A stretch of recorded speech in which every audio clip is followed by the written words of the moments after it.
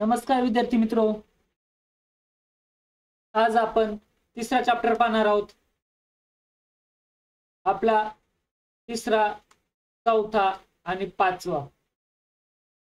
त्याच्यानंतर एक common lecture होईल की अजून कोणतं मटेरियल आवश्यक आहे यासाठी एक लेक्चर बनवणार आहोत. तसे आपले एक 4 लेक्चर बाकी आहेत. त्यानंतर आपण सर्व MCQ तुम्हाला एकत्र करून देऊयात. जसं आपण बँकिंगचं सगळ्या MCQ ची एक PDF टाकली होती, त्याचप्रमाणे आपण ह्या सहकारच्या बाबतीत सर्व MCQ ची एक PDF टाकू. त्याचबरोबर बाकीच्या अशा नोट्स नाहीये आपल्या एकत्रसाठी. बँकिंग मध्ये त्या नोट्स होत्या, तर पुढे त्याच्यानंतर आपण कम्प्युटर हा चालू करू सब्जेक्ट. त्याचबरोबर थोडे करंट अफेअर्सचे मध्ये लेक्चर टाकूयात, जेणेकरून एक 5 ते 6 तारखेपर्यंत जुलैपर्यंत तुम्हाला सर्व सिलेबस कंप्लीट करून भेटेल. मध्ये एखादी टेस्ट सिरीज घेऊयात, त्याच्यानंतर बाकीच्या टेस्ट सिरीज चालू करूयात. तसे पण आपण ग्रुपवर दररोज 10-10 क्वेश्चन टाकत आहोत. सहकार, बँकिंग, मराठी, कम्प्युटर अशा बरेचसे MCQ आपण टाकलेले आहे आपल्या ग्रुपवर, पण ते पण तुम्ही सोडत जावा. चला तर मित्रांनो, आजचा चॅप्टर चालू करूयात. तर सहकारी संस्थाचा आयुक्त आणि निबंधक, त्याची कार्य कोणती आहे, त्याची भूमिका काय असते, पुढे वैज्ञानिक कार्य, नियंत्रणात्मक कार्य, विकासात्मक कार्य, हा जो निबंधक असतो त्याचे अधिकार काय आहे, जबाबदारी काय आहे, या सर्व गोष्टी आपण या चॅप्टर मध्ये शिकणार आहोत.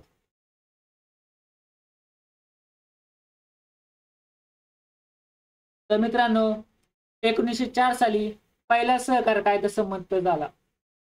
या कायद्यानुसार निबंधकाचे पद अस्तित्वात आले. 1912च्या दुसऱ्या सहकारी कायद्यामध्ये विविध क्षेत्रात सहकारी संस्था स्थापन करण्याची तरतूद होती. म्हणजे 1904चा कायदा होता, हा आपला पहिला सहकारचा कायदा होता. आणि या सहकार कायद्यात एक पदाधिकारी म्हणून एकाला घोषित केलं होतं. तो व्यक्ती कोण होता? तो व्यक्ती निबंधक होता. मग काय झालं, सन 1912 साली दुसरा सहकार कायदा आणि विविध क्षेत्रात सहकारी संस्था स्थापन करण्याची तरतूद होती. पहिल्या फक्त पतपुरवठा संस्था स्थापन केल्या जात होत्या पहिल्या कायद्याने. नंतरून बाकीच्या संस्था सुरू झाल्या. खरेदी विक्री, ग्राहक संस्था असू किंवा प्रोसेसिंग इंडस्ट्रीची संस्था असू, प्रक्रिया उद्योग असू सहकारातला, अशा गोष्टी म्हणजे विविध क्षेत्र सहकारासाठी खुलं केलं गेलं. मग नंतर 1919चा जो एक कायदा केला होता, मॉर्टगेज चर्म्स फंड ऍक्ट जो होता, त्याच्यामध्ये सहकार हा विषय प्रांतिक सरकारकडे सोपवण्यात आला. म्हणजे काय केलं होतं 1919च्या कायद्याने, की इंग्रजांनी ठरवलं होतं केंद्र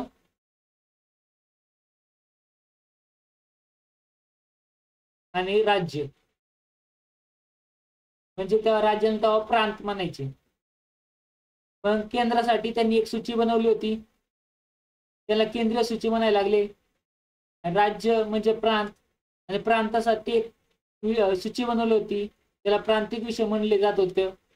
मग ह्या प्रांतिक विषयात मग यांनी काय केलं, केंद्राचे जे विषय होते ते समजा इंटरनॅशनल रिलेशन असतील, पैसा असेल, बँकिंग असेल, अशा बऱ्याचशा गोष्टी केंद्रात होत्या. राज्यात कोणते दिले होते? राज्यात कृषी दिलं होतं,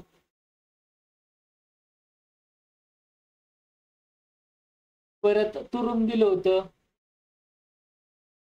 किंवा त्याच्यानंतर सहकार हा विषय त्यांनी प्रांताकडे म्हणजे राज्याकडे सोपवला होता. कोणत्या कायद्याने सोपवला होता? 1919च्या कायद्याने. हे तेवढं लक्षात ठेवायचे तुम्ही. मग पुढे काय झालं, सहकार हा विषय प्रांतिक सरकारकडे सोपवण्यात आल्याने निबंधकाची नियुक्ती प्रांतिक सरकारकडून केली जाऊ लागली. कारण की हा विषय प्रांताकडे होता, मग अधिकारी नेमण्याचा अधिकार पण राज्याकडे येणार, प्रांताकडे येणार. मग पुढे आपल्या स्वातंत्र्यानंतर महाराष्ट्र राज्याची निर्मिती झाली. 1 मे 1960 महाराष्ट्र राज्याची निर्मिती झाली. मग महाराष्ट्राने सहकार कायदा केला, तो 1960 पासून लागू झाला. महाराष्ट्र पासून 1960 पासून महाराष्ट्रात सहकारी संस्था कायदा अस्तित्वात आला आणि निबंधकावरील वाढत्या जबाबदाऱ्या लक्षात घेऊन सरकारने निबंधकाची अधिकार कक्षा वाढवण्याचा निर्णय घेतला आणि जून 1968 पासून निबंधकाच्या पदनामात सहकार आयुक्त व निबंधक सहकारी संस्था असे पदनाम केले. सहकार आयुक्त व निबंधक सहकारी संस्था असे पदनाम निश्चित करण्यात आले आणि निबंधकावर आयुक्त आणि निबंधक अशी दुहेरी जबाबदारी त्याच्यावर सोपवण्यात आली.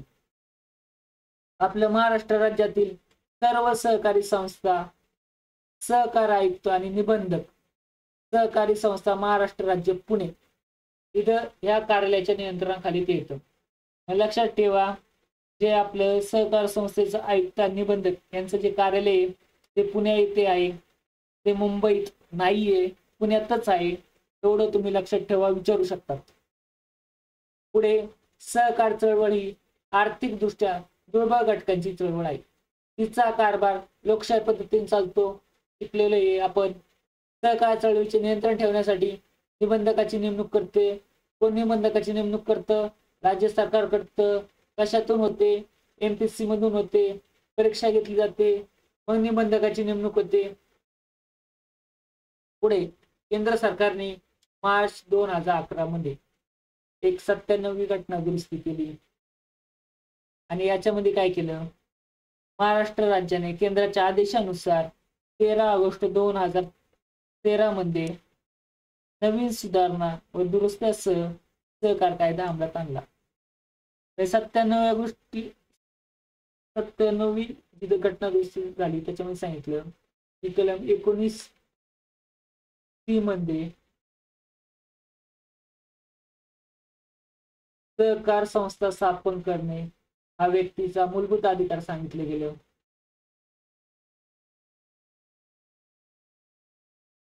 परत काय सांगितले गेलं की जर सरकारचा कारभार लोकशाही पद्धतीने चालावा. प्लस पुढे सांगितलं जर आपले समजा 28 राज्य आहेत आणि 28 राज्याचा एकत्रित सहकाराचा जर एखादा विषय असेल तर तो विषय कोण सांभाळणार? केंद्र सरकार सांभाळणार. म्हणजे मल्टी स्टेट जर विषय असेल सहकाराचा, कॉर्पोरेटचा, तर तो केंद्र सरकार सांभाळणार. आणि समजा राज्यामधलाच जर विषय असेल, राज्याच्या अंतर्गत भागाशी जर संबंधित विषय असेल, तो सहकारचा कायदा राज्य सरकार लागू करणार. पण 4-5 स्टेट मिळून किंवा पूर्ण स्टेटचा जर असेल 28 स्टेटचा, तर अशा बाबतीत कायदा करण्याचा अधिकार केंद्र सरकारकडे गेला. अशा तऱ्हेने 97 घटना दुरुस्ती केली.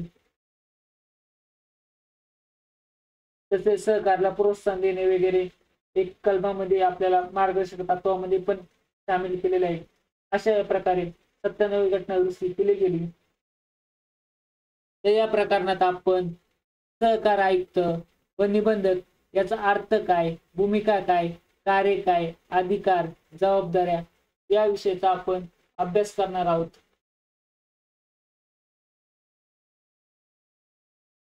आपल्याला एक्झामच्या दृष्टीने ही 97वी घटना दुरुस्ती महत्वाची आहे.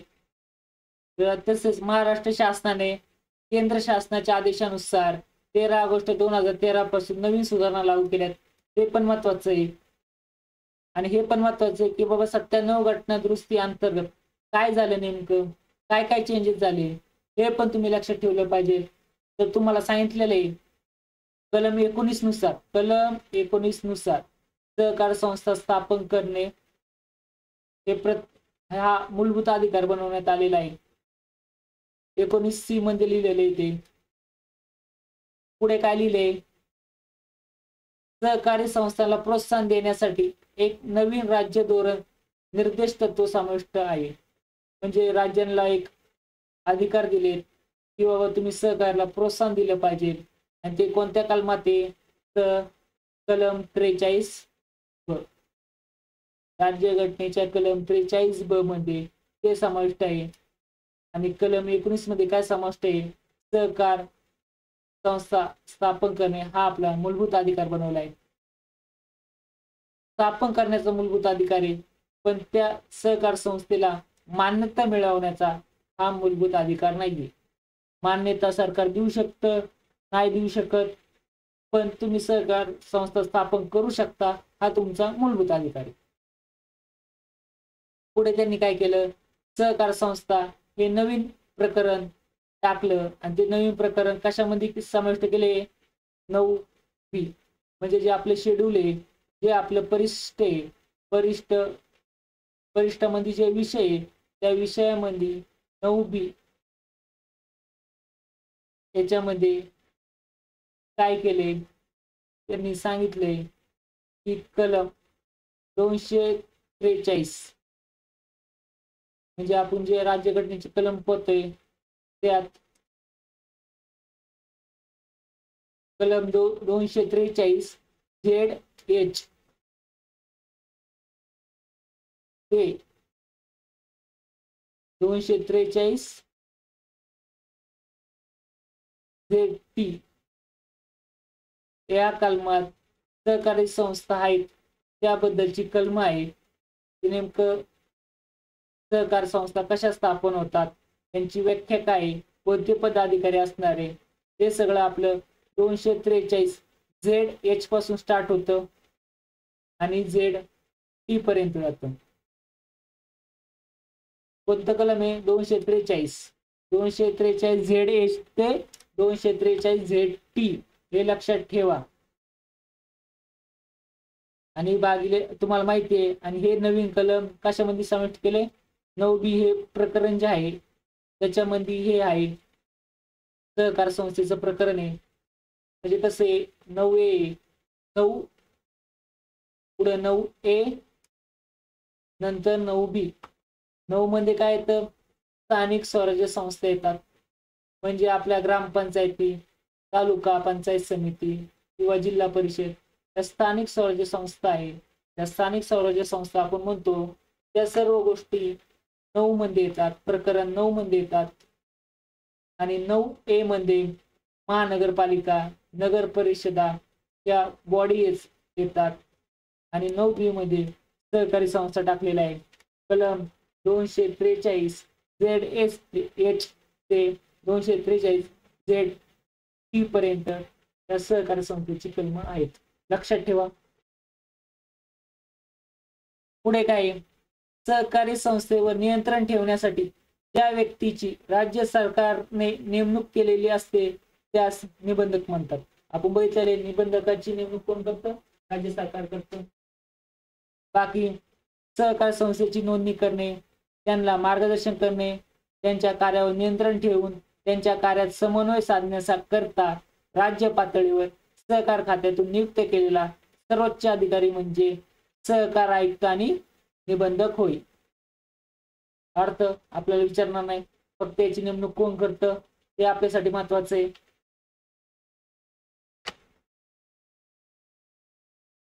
पुढे काय व्याख्या दिलेली आहे,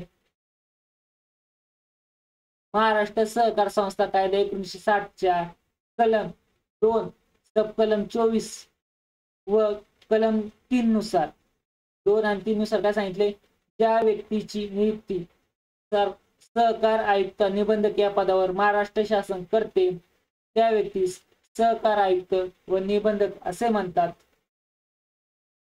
राज्य सरकारने सहकार खात्याचा प्रमुख म्हणून मुख्य निबंधकाची नियुक्ती केली आणि त्याच्या मदती करता अतिरिक्त आयुक्त नेमले.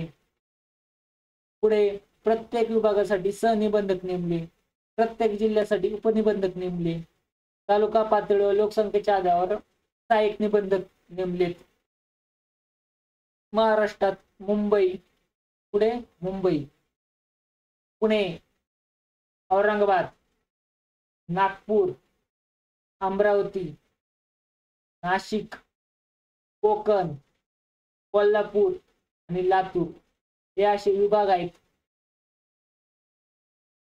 पुढे राज्य सहकार आयुक्त आणि निबंधक याचे मुख्य कार्यालय पुणे येथे आहे, हे बघितलेले. ते वर काय सांगितलेले की समजा राज्य आणि संपूर्ण राज्यासाठी कोण असणार आहे, सहकार आयुक्त आणि निबंधक असणार आहे. हे आपण वर पाहिलेले तेच इथं शॉर्टकट मध्ये समजेल असं दिले. विभाग असतात जे आपण 9 विभाग म्हटले, हे जे 9 विभाग म्हटले आहेत त्या 9 विभागाला काय असतो, विभागीय सहनिबंधक असतो. विभागाला शब्द विभागीय, आणि या विभागामधल्या प्रत्येक जिल्ह्याकरता काय असतं, जिल्हा उपनिबंधक असतो. आणि लोकसंख्येचं प्रमाण पाहून संपूर्ण तालुक्याकरता सहाय्यक निबंधक असतो. अशा प्रकारे त्यांच्या पदाचे वितरण आहे.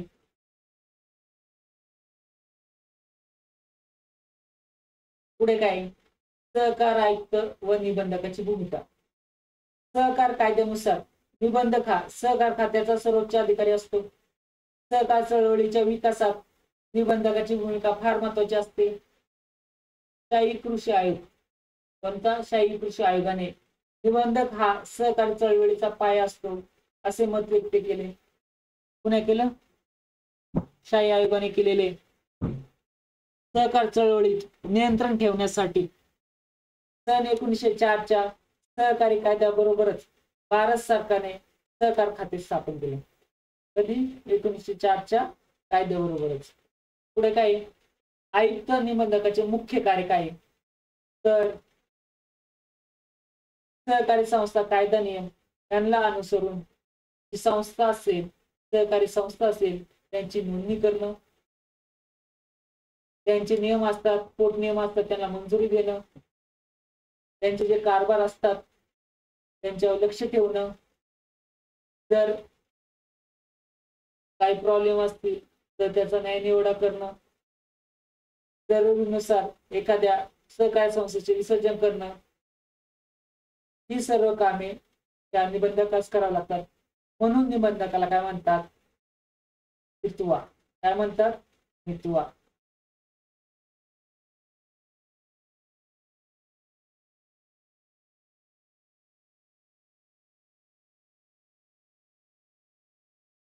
मितवा म्हणजे मित्र, त म्हणजे तत्ववेत्ता, व म्हणजे वाटड्या, म्हणजे याला मराठीत काय म्हणतात,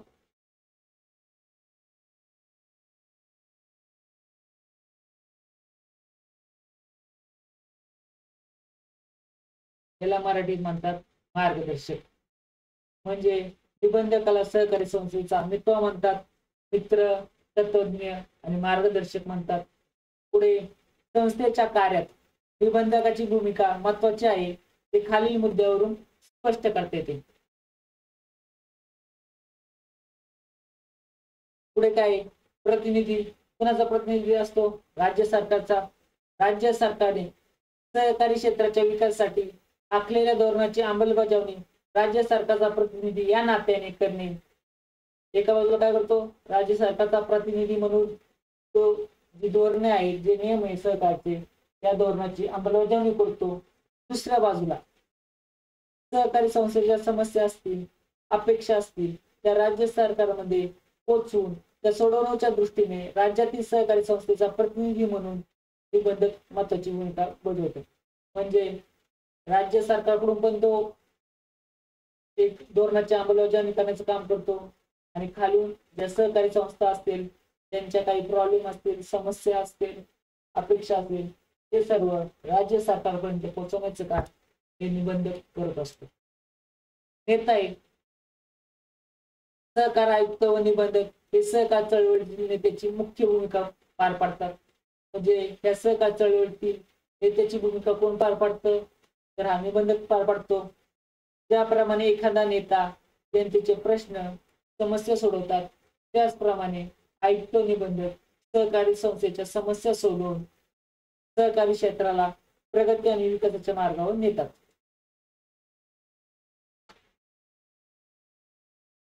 दुवा आहे, सहकार आयुक्त आणि निबंधकाला सहकारी संस्था व राज्य सरकार यांना जोडणार तो दुवा आहे. पुढे आपण बघितले सहकारी संस्था आहे, हे सरकार आहे, यांना जोडणारा दुवा म्हणजे निबंधक होय. पुढे त्यांना सहकारी संस्था आणि सरकार याच्यामध्ये समतोल योग्य समन्वय राखावा लागतो. हे काम कुणाचं असतं तर हे काम निबंधकाचं असतं. राज्यातील सहकारी संस्थेच्या अडचणी सरकारपुढे मांडून सोडवण्याचा प्रयत्न करावा लागतो. राज्य सरकारची सहकाराबाबतची धोरणे व योजना सहकारी संस्थांकडून राबवून घेण्याचे कार्यही त्याला करावे लागतात. म्हणजे दोन्हीकडून तो कार्य करतो, त्यामुळे त्याला दुवा म्हटलेलं आहे. पुढे पालकत्व काय सांगितले, सहकारी संस्थेचे संगोपन करणे, त्याची वाढ करणे. या बाबतीत निबंधक सहकारी संस्थेच्या कारभारावर वेगवेगळ्या मार्गाने नियंत्रण ठेवतो. सहकारी संस्थेच्या कारभारातील त्रुटी दोष निदर्शनात आणतो. इतकंच नव्हे तर दोष दूर करण्यासाठी त्यांना मार्गदर्शन करतो. सभासदांचे नेतृत्व गुणाचा विकास व्हावा म्हणून प्रयत्न करतो. तसेच तो सभासदांना सहकार चळवळीतील विकासाचे महत्त्व पटवून देतो. सहकार संस्थाला सुयोग्य वाढीसाठी निबंधक सर्व प्रकारचे सहाय्य पुरवतो. संस्थेला उत्तेजन देण्याच्या दृष्टीने निबंधकाची संगोपनाची आणि पालकत्वाची भूमिका फार मोलाची महत्वाची ठरते. म्हणजे त्यांनी सांगितले की सहकार संस्थेत काही त्रुटी असतात, दोष असतात, ते निदर्शनात आणून देणे, परत ते दोष पण दूर करणे आणि त्या दोष दूर करण्यासाठी तो मार्गदर्शन करतो. सभासदांचे नेतृत्व गुणांचा विकास व्हावा म्हणून तो प्रयत्न करतो. तसेच सहकार चळवळीतील विकासाचे महत्त्वही पटवून देतो. सर्व काम कोणाला करावं लागतं, निबंधकाला करावं लागतं. मार्गदर्शन करतो. निबंधक हा सहकार चळवळीचा पाया आहे असे शाही आयोगाने प्रतिपादन केले. तर तुम्हाला विचारू शकतात निबंधक हा सहकार चळवळीचा पाया असतो तर कोणी म्हटले आहे, तर शाही आयोगाने म्हटले आहे, शाही कृषी आयोगाने म्हटलेले आहे. या संस्थेची नोंदणी करण्यापासून ते त्यांच्या कार्यावर नियंत्रण ठेवण्यापर्यंतची जबाबदारी निबंधकाला पार पाडावी लागते. नोंदणी पण आणि त्यांचं दैनंदिन कार्य जे असेल किंवा जे त्यांचं बाकीचं कार्य असेल त्याच्यावर नियंत्रण ठेवण्याचं पण कार्य, त्याची जबाबदारी निबंधकावर असते. प्रत्येक अडचणीच्या काळात संस्थेच्या पाठीशी खंबीरपणे उभा राहून संस्थेची प्रगती विकासासाठी सहकारची तत्त्वे रुजवण्यात तो मदत करतात. संस्थेच्या कारभारासाठी तपासणी करणे, कारभाराच्या चुका निदर्शनात आणणे, त्या चुका सुधारण्याकरता उपाय सुचवणे, म्हणजे बदल करणे, ही सर्व महत्वपूर्ण कार्य करण्याची भूमिका निबंधकाची असते.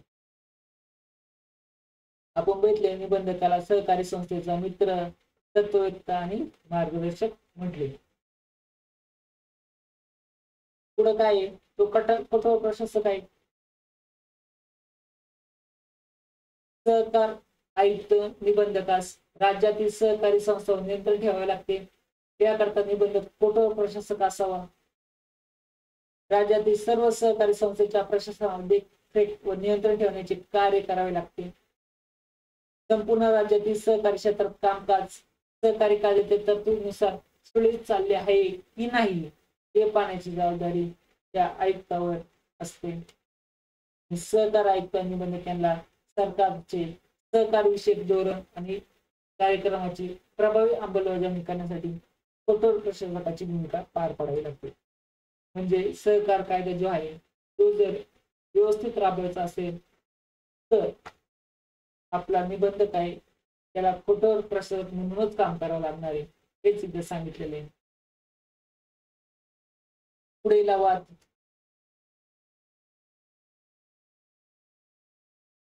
म्हणजे ट्रिब्युनल, म्हणजे सहकारी संस्थेचे तंटे वादविवाद निर्माण झाल्यास त्याचा न्याय निवडा करण्याची जबाबदारी निबंधकाची असते.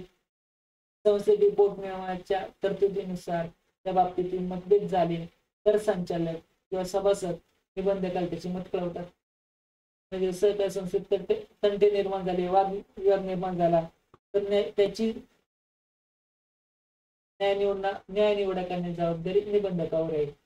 आणि त्या संस्थेचे ज्या नियमात लिहिले, पोटनियमात लिहिले त्या बाबतीत जर मतभेद असतील तर संचालक किंवा सभासद असेल यांनी निबंधकाकडून निबंधकाला त्यांचे मत विचारू शकतात. निबंधकाला विचारू शकतात की बाबा हे नियम आहे, हे अर्थ आहे, त्याच्यामध्ये त्यांच्यामध्ये काहीतरी गफलत होते, त्याविषयी मार्गदर्शन ते निबंधकाकडून मागू शकतात. पुढे दोन्ही पक्षाला आपली बाजू मांडण्याची ती संधी देऊन वाद, तंटे, अर्थभेदाचे प्रश्न सोडवणारा निबंधक हा न्यायाधीशाची भूमिका बजावित असतो. पुढे निपक्षपातीचा न्यायाधीश हा निबंधकाच्या भूमिकेचा एक महत्वपूर्ण पैलू आहे. पुढे निर्माता पालन करता विसर्जन म्हणजे माहिती आहे आपल्याला सहकार संस्थेच्या नोंदणीपासून म्हणजे तिच्या निर्मितीपासूनच तिच्या व्यवस्थेवर योग्य मार्गाने नियंत्रण देखरेख ठेवणे म्हणजे तिचे पालन करणे. तिच्या कामकाज व्यवस्थित नसेल, चालत नसेल तर नोंदणी रद्द करणे, समाप्तीकरण करणे या भूमिका निबंधकाला पार पाडाव्या लागतात. म्हणून त्याचे वर्णन निर्माता, पालनकर्ता, विसर्जक असे केले आहे. पुढे संस्था समाप्तीकरण सहकार संस्थेचा कारभार असमाधानकारक असेल तर त्यासाठी चौकशी अधिकारी नेमून यात सुधारणा करण्याचा अधिकार आहे. जर सुधारणा झाली नाही तर निबंधक विलय अधिकारी नियुक्ती करून सहकार संस्था बरखास्त करू शकतो. त्याच वेळी निबंधकाची भूमिका त्यासाठी महत्वाची असते. जर एखाद्या सहकार संस्थेचे विसर्जन करायचं असेल तर निबंधकाची भूमिका कशी महत्वाची आहे. जर सहकार संस्थेचा विलय पण करायचा असेल तरी निबंधकाचीच परमिशन लागते. पुढे कार्य काय आहे ते बघूयात. वैज्ञानिक कार्य कोणती आहे हे आपण पाहिलेले, एवढं परत परत तेच वाचायची गरज नाहीये. नोंदणी करणे किंवा माहिती आहे निबंधक हा सहकार संस्थेची नोंदणी करतो. तर जेव्हा एखादी संस्था नोंदणीसाठी अर्ज करते अशा वेळी निबंधक अर्जासोबत सर्व कागदपत्राची तपासणी करून सर्व कायदेशीर बाबी पूर्ण केल्याची खात्री पटल्यास संस्थेची नोंदणी आपल्या कार्यालयातील नोंदणी पुस्तकात नमुना ब या नोंदणीचं नाव काय, नमुना ब, त्यात नोंदणीचा पुरावा म्हणून नोंद करतो आणि नोंदणीचा पुरावा म्हणून त्यांना नोंदणी प्रमाणपत्र सर्टिफिकेट देतो. हे आपण 11च्या चॅप्टर मध्ये शिकलेलो आहोत. पुढे काय, पोट नियमाला मंजुरी देणं. जे समिती म्हणजे एखादी सहकारी संस्था आहे त्याची नोंदणी झाली, हे पोट नियमाला काय म्हणतात, उपविधी म्हणतात. ते पोट नियम असतात. जेव्हा नोंदणी होते त्यावेळी काही पोट नियम ठरवले जातात. त्याच्या ज्या 4 प्रती आहेत तुला द्यायच्यात, निबंधकाला द्यायच्यात.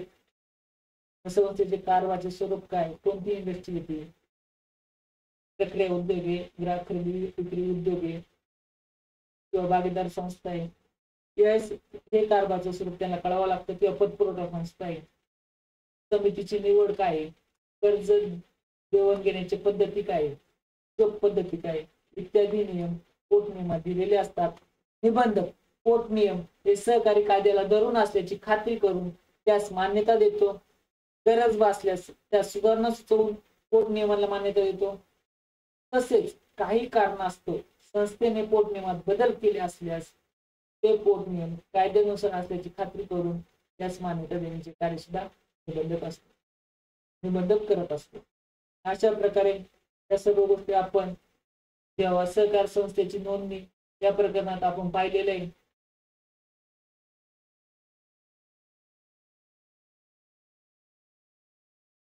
पुढे नोंदणी करणे, पोट नियमास मंजुरी देणे ही त्याची वैज्ञानिक कार्य. नोंदणीचा दाखला देणं, प्रमाणपत्र देणं, सभासदास मंजुरी देणं, संस्थांचे वर्गीकरण करणं, प्रक्रिया इंडस्ट्री आहे, पतपुरवठा संस्था आहे, ही ग्राहक संस्था आहे, खरेदी विक्री संघ आहे, हे सगळं संस्थेचे वर्गीकरणात येतं. एखादा सभासद असेल जर त्याला सभासद म्हणून एखादी संस्था मान्यता देत नसेल तर तो जर सभासद या पदाची पात्रता पूर्ण करत असेल तर त्या व्यक्ती निबंधकाकडे तो दाद मागतो. निबंधक त्या सहकारी संस्थेला आदेश काढू शकतो की तुम्ही या व्यक्तीस सभासदत्व संस्थेचं द्या. जर प्रमाणपत्र देतो, जर तुमची नोंदणी झाली, तुमच्या संस्थेची झाली, त्यासाठी नोंदणी प्रमाणपत्र दाखला देण्याचं काम वैज्ञानिक कार्य हा निबंधक करत असतो.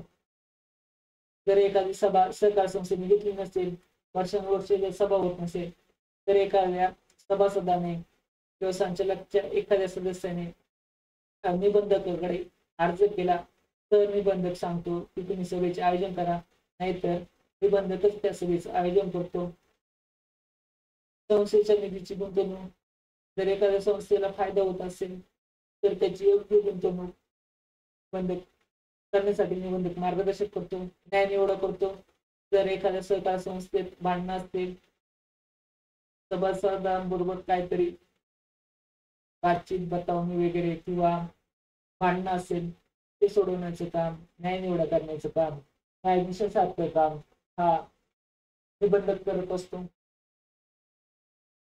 जर एखादी संस्था असेल, 2 संस्था असतील, त्यांचं एकत्रीकरण करणं किंवा एका संस्थेतून 2 संस्था निर्माण होत असेल त्यांचं विभाजन करणं कोणत्या पद्धतीने होईल, कशी भांडवलाचं विभाजन होईल, हे सर्व गोष्टी करण्याचं काम निबंधक करत असतो. पुढे काय, नोंदणी दाखला देणे. सहकार संस्थेची नोंदणी झाल्यास कोर्ट नियमाला मंजुरी दिल्यानंतर सहकार आयुक्त व निबंधक सहकारी संस्थेला नोंदणीचा दाखला देतात. सहकार संस्थेची नोंदणी करणं म्हणजे नोंदणी दाखला मिळवणं. आणि या दाखल्यावर प्रमाणपत्रावर सहकार आयुक्त व निबंधकाची सही असते, शिक्का असतं. हे प्रमाणपत्र त्या संस्थेची नोंदणी झाल्याचा कायदेशीर पुरावा असतो.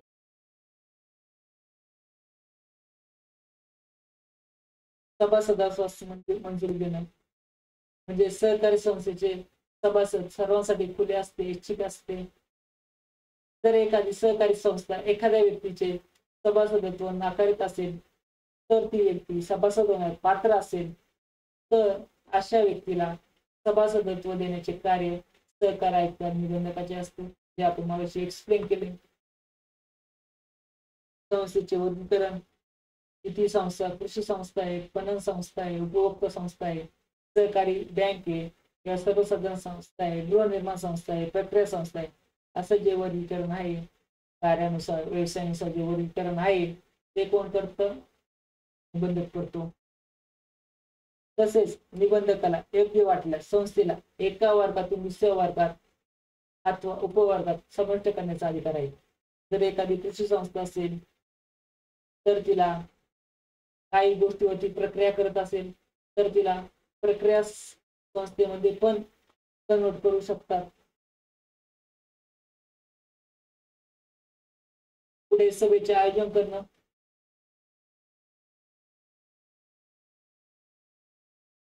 सहकारी संस्था, महाराष्ट्र सहकारी संस्था कायद्यानुसार सभा घेणे बंधनकारक आहे. ज्या सहकारी संस्था असतात त्यांना सभा घेणे बंधनकारक आहे.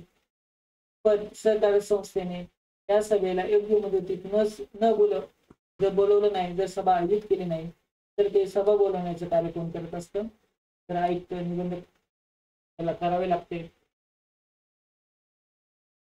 तसेच आवश्यकता असल्यास अधिमंडळाची विशेष सभा बोलवण्याचे कार्यही सहकार आयुक्तांनी निबंधकाला करावे लागते. पुढे संस्थेच्या निधीची गुंतवणूक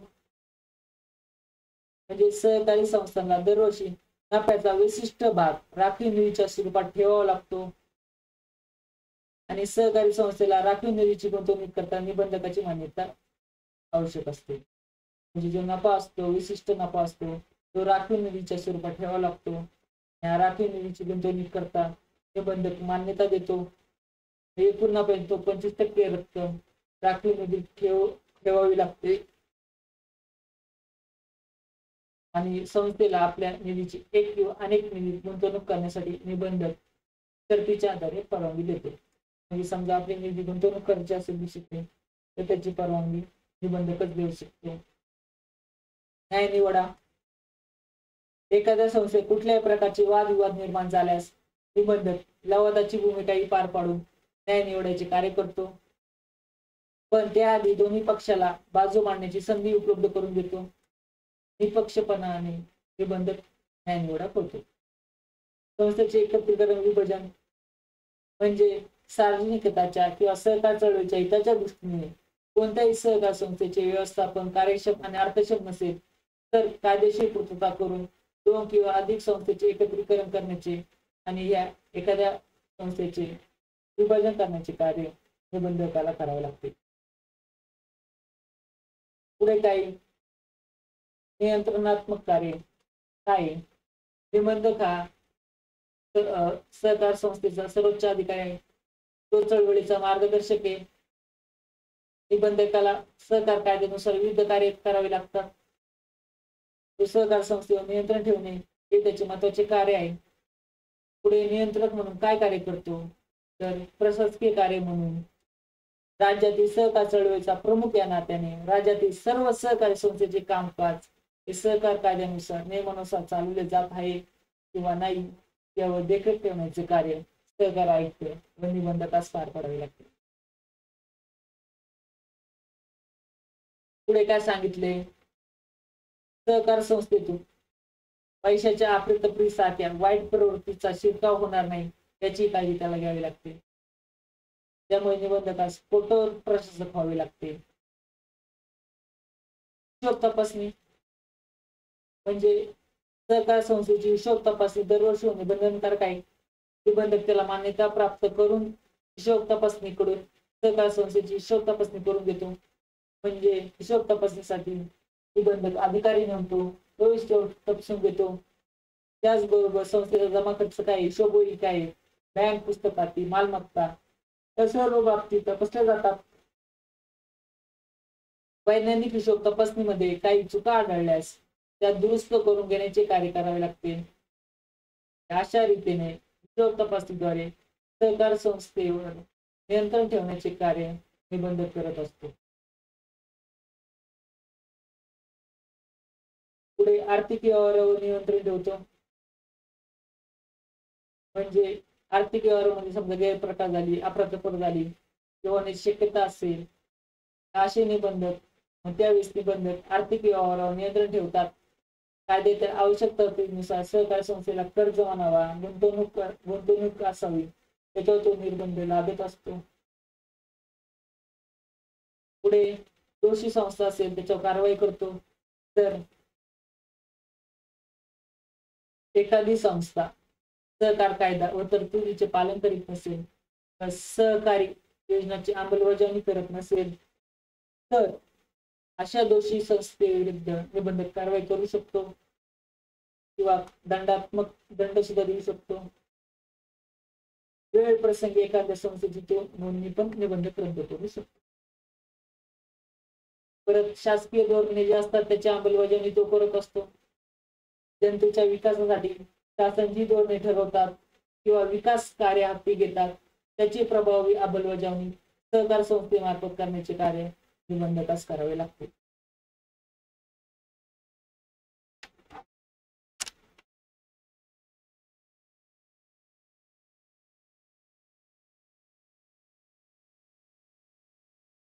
पुढे विकासात्मक कार्य दिलेले निबंधक हा सहकार संस्थेवर नियंत्रण ठेवणारा राज्य सरकारचा प्रतिनिधी आहे. निबंधकाला सहकारी कायद्यानुसार सहकारी संस्थेच्या हितासाठी विकासात्मक कार्य करण्याचे अधिकार प्राप्त होतात. काय अधिकारी? सहकार क्षेत्राचे नेतृत्व करतो. राज्यातील सहकार संस्थेचे नेतृत्व करण्याचे कार्य सहकार आयुक्त आणि निबंधकाला करावे लागते. राज्यातील सर्व सहकारी संस्थेची देखभाल करून त्यांना मार्गदर्शन मदत करतात. आणि एक चांगला नेता ज्याप्रमाणे आपल्या लोकांना विकासाच्या मार्गावर पुढे नेतो त्याचप्रमाणे सहकार आयुक्त आणि निबंधक सहकारी क्षेत्राचे नेतृत्व करून सर्व सहकारी संस्थांना विकासाच्या मार्गावर नेत असतो. सहकारी क्षेत्राला मार्गदर्शन करतो. ही सहकारी संस्था असेल त्यांना आपला कारभार चालवताना अनेक समस्या येतात आणि अशा समस्यांचे वेळीच निराकरण करण्यासाठी सहकार संस्थेचे मोलाचे मार्गदर्शन करण्याचे कार्य सहकार आयुक्त आणि निबंधकाला करावे लागते. तसेच सहकार संस्थेचा कारभार व्यवस्थित चालवण्यासाठी तो देखील मदत करतात.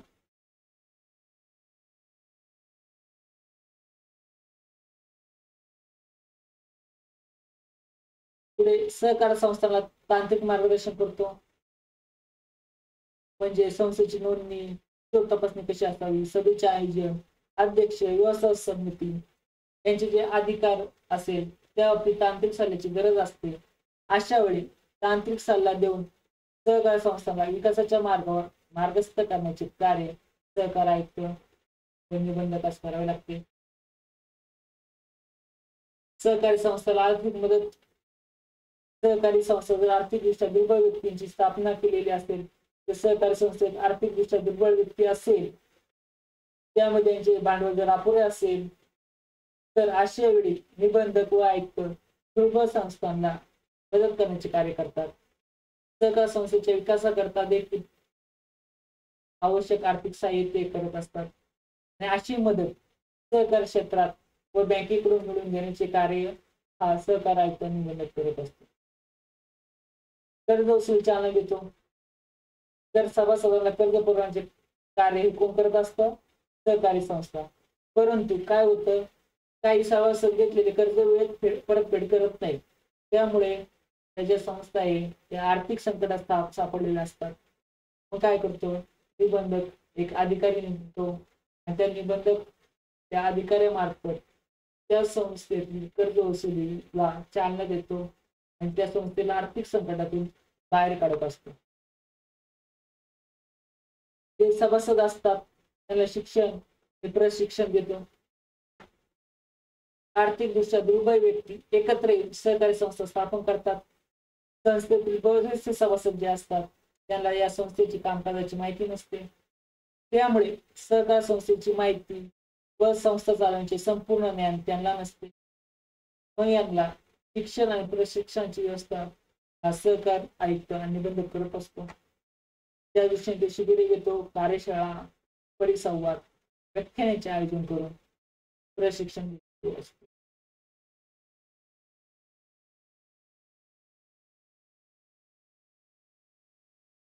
अधिकार काय आहे?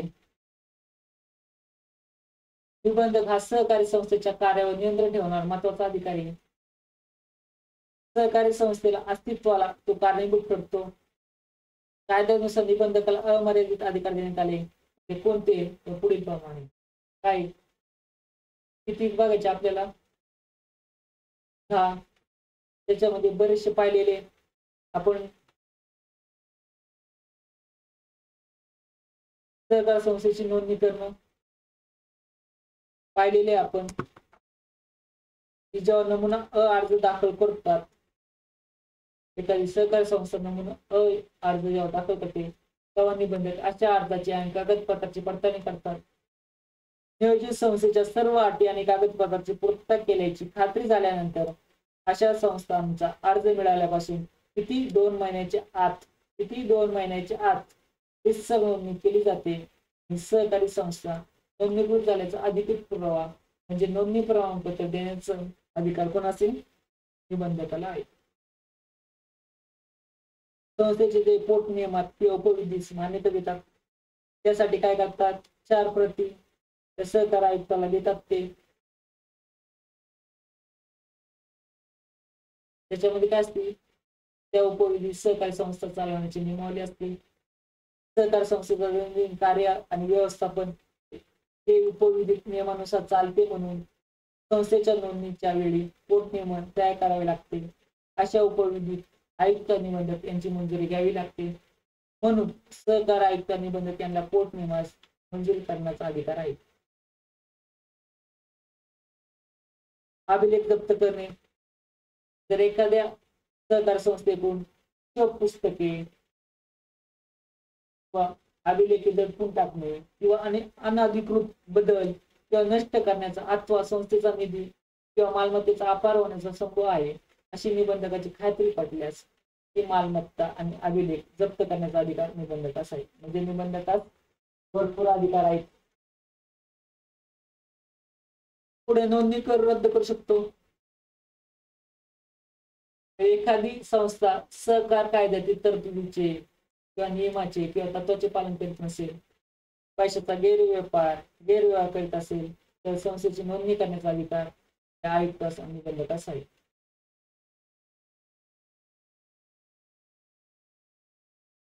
सभासदत्व देणे.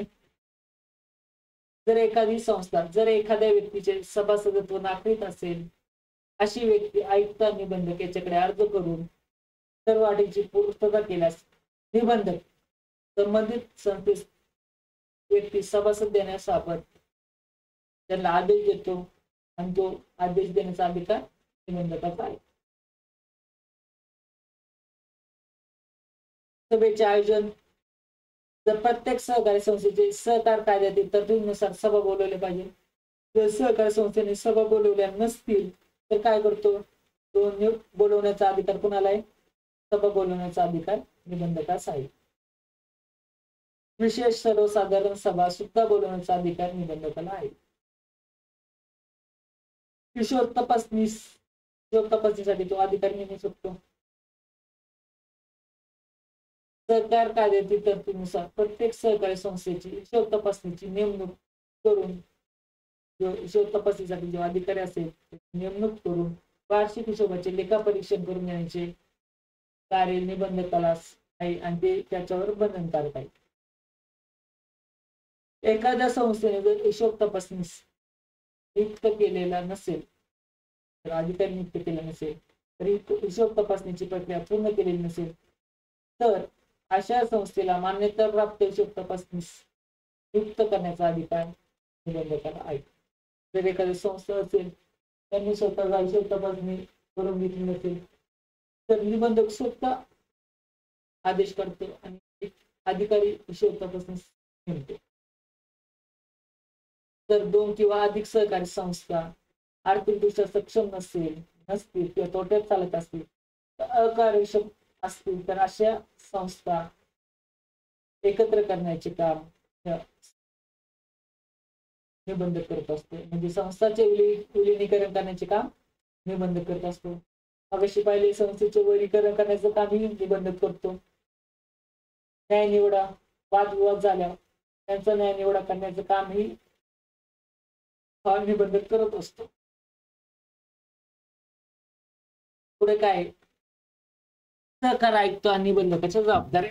काय जबाबदाऱ्या? सहकारी तत्वाचे पालन करणे म्हणजे सहकारी तत्वाचे सहकारी संस्थेकडून सक्तीचे पालन करण्याची जबाबदारी निबंधकाने पार पाडली पाहिजे. जर एखाद्या संस्थेने सहकारी तत्वाचा भंग केला तर अशा संस्थेवर कारवाई करण्याची जबाबदारी निबंधकाची असते. सहकारी संस्थेच्या गुणात वाढ करणे म्हणजे गुणात्मक वाढ करणे. देशाच्या आर्थिक विकासात दुर्बल घटकांना संरक्षण द्यायचे असेल तर सहकारी संस्था आहे त्यांची संख्या वाढणे आवश्यक आहे. परंतु संस्थेची गुणात्मक प्रगती होत आहे की नाही ही पाहण्याची जबाबदारी निबंधकावर आहे. आणि गुणात्मक वाढीसाठी निबंधक अर्थक्षम नसलेल्या संस्थेला अर्थसहाय्य पुरवणे, मार्गदर्शन करणे आणि आवश्यक त्या ठिकाणी संस्थेची पुनर्रचना करून त्यांची ती जबाबदारी पाठवत असतात.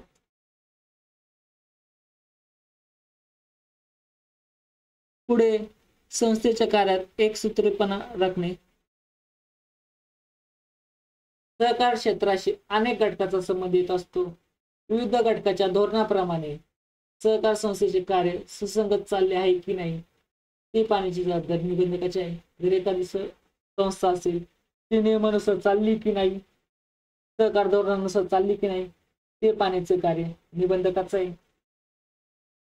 विविध सहकारी संस्थांना मदत करण्यासाठी जिल्हा पातळीवर सहकारी संघ स्थापन केलेला आहे आणि हा सहकारी संस्थेच्या कार्यात एकसूत्रीपणा निर्माण करतो.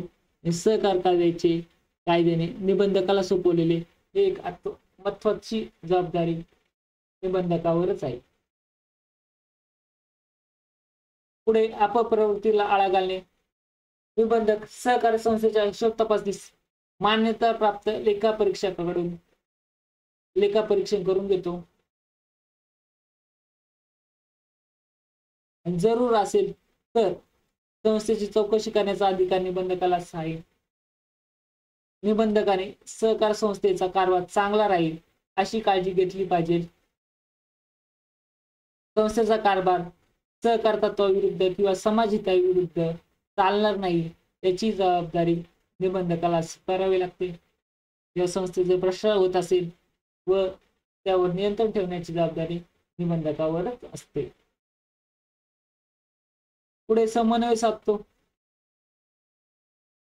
सहकार आयुक्त निबंधक हे राज्यातील सहकार खात्याचे सर्वोच्च अधिकारी आहे. राज्यातील सहकार संस्थेची वाढ म्हणावा, विकास यासाठी तो सतत प्रयत्नशील असतात. तसेच राज्य शासन व सहकारी संस्था यांच्यातील दुवा तो आहे. सहकार खात्यातील अधिकारी कर्मचाऱ्याच्या मदतीने तो आपली जबाबदारी पार पाडतो. निबंधकाला सहकारी संस्था, सरकार, सहकार खात्यातील वरिष्ठ अधिकारी यांच्या कामात समन्वय राखणे साधण्यासाठी जबाबदारी पार पाडावी.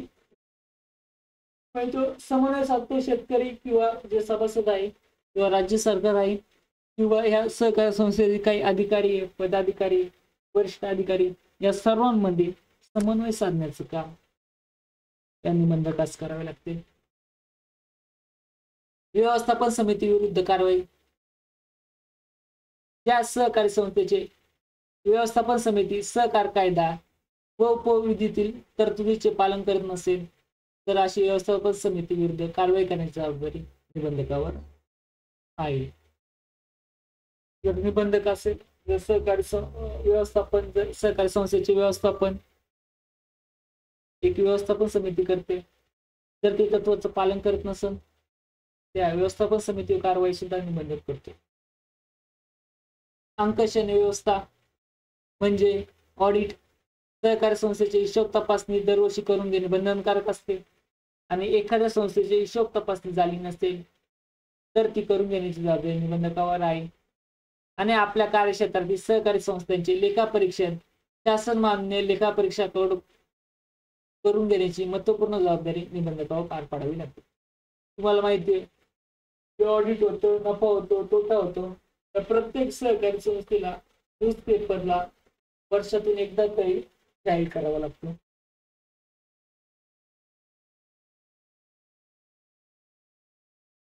पुढे काय, संस्थेचे समाप्तीकरण करणे.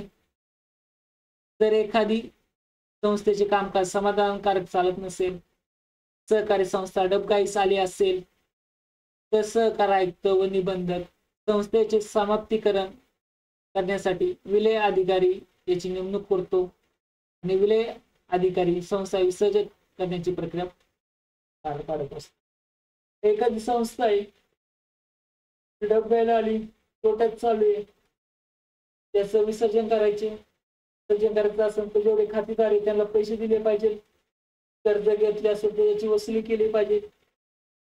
या सर्व गोष्टी करण्यासाठी एक विलय अधिकारी नावाचा व्यक्ती नेमला जातो आणि तो सर्व ही प्रक्रिया पार पडत असतो. योग्य प्रशासन. प्रशासनातील राज्यात 9 विभाग असून त्याच्यामध्ये विभाग आहे, जिल्हा आहे, तालुका आहे, अनुक्रमे विभागीय सहनिबंधक, जिल्ह्यासाठी जिल्हा सहनिबंधक, उपनिबंधक, किंवा तालुका असेल तर त्याला सहाय्यक निबंधक हे कार्यरत असतात. सहकार खात्यातील अधिकारी कर्मचारी यांच्याकडून योग्य प्रकारे काम करून घेण्यासाठी सहकार खात्याचे प्रशासन योग्य पार पाडण्यासाठी जी जबाबदारी असते ती आयुक्त, सहकार आयुक्त, निबंधकावर असते. नोंदणीचा दाखला करणे, दाखला देणे. एखादी नियोजित संस्था नोंदणी करता अर्ज करते तेव्हा निबंधक अशा अर्जाची व सर्व कागदपत्राची पडताळणी करतात. नियोजित संस्थेचे सर्व अटीची पूर्तता केल्यास, त्याची खात्री झाल्यास तो रीतसर नोंदणी करतो आणि नोंदणी केलेल्या सहकारी संस्थेला आपल्या सही शिक्क्यानिशी अधिकृत नोंदणी प्रमाणपत्र देण्याची जबाबदारी निबंधकावर असते. इथं काही डिफरन्स दिलेला आहे, फरक दिलेला आहे. अध्यक्ष काय असतो? संचालक मंडळाच्या प्रमुखाला अध्यक्ष म्हणतात आणि सहकार संस्थेच्या नोंदणीसाठी, सहकार चळवळी व नियंत्रण ठेवण्यासाठी राज्य शासनाने नेमलेला अधिकारी म्हणजे सहकार आयुक्त निबंधक होय. अध्यक्षाची नियुक्ती कोण करतो, निवड कोण करतो? तर संचालक मंडळ करत असतं. सहकार आयुक्तीची निवड नियुक्ती कोण करतं? राज्य सरकार करतं. नियंत्रण देखरेख सहकार संस्थेची कामकाजावर नियंत्रण आणि देखरेख ठेवण्याचे काम अध्यक्ष करतो आणि राज्यातील संपूर्ण सहकार चळवळीचे नियंत्रण कोण करतं? सहकार आयुक्त निबंधक करतो. कार्यक्षेत्र काय अध्यक्षाचे विशिष्ट सहकारी संस्था असेल त्यापुरतं मर्यादित आहे. सहकार आयुक्ताचं संपूर्ण राज्यभर आहे. निर्णायक मत कास्टिंग वोट कोण देऊ शकतो? अध्यक्ष देऊ शकतो. तो अधिकार निबंधकास नाहीये. पुढे पाहिले तर मोबदला अध्यक्षाला काय भेटतं? मानधन भेटतं. आणि या निबंधकास काय भेटतं? तर राज्य सरकारकडून वेतन भेटत असतं. बडतर्फ अध्यक्ष असेल तर त्याला बडतर्फ करण्याचे अधिकार निबंधक व आयुक्त किंवा संचालक असेल किंवा सभासद असेल त्यांच्याकडे असतो. सहकार आयुक्त निबंधकाला राज्य सरकारच बडतर्फ करू शकते.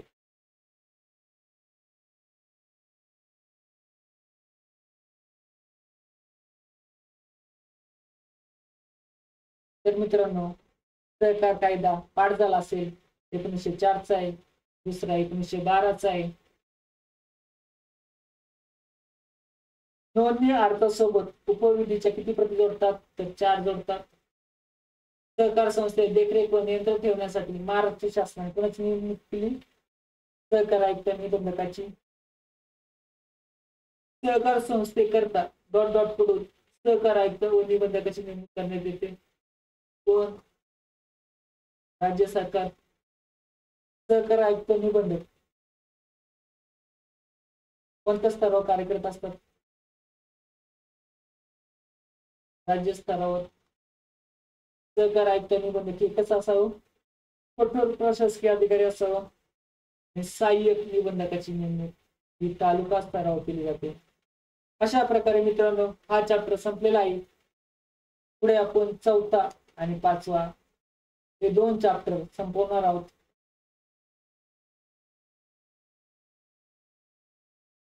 त्यानंतर एक कॉमन लेक्चर होईल ते या पुस्तकाच्या बाहेरचं आहे, जे मला योग्य वाटते त्यासाठी एक लेक्चर होईल. अशा प्रकारे 3 लेक्चर मध्ये हे आपण सर्व संपूयात. चला तर मित्रांनो भेटूयात पुढच्या लेक्चरला.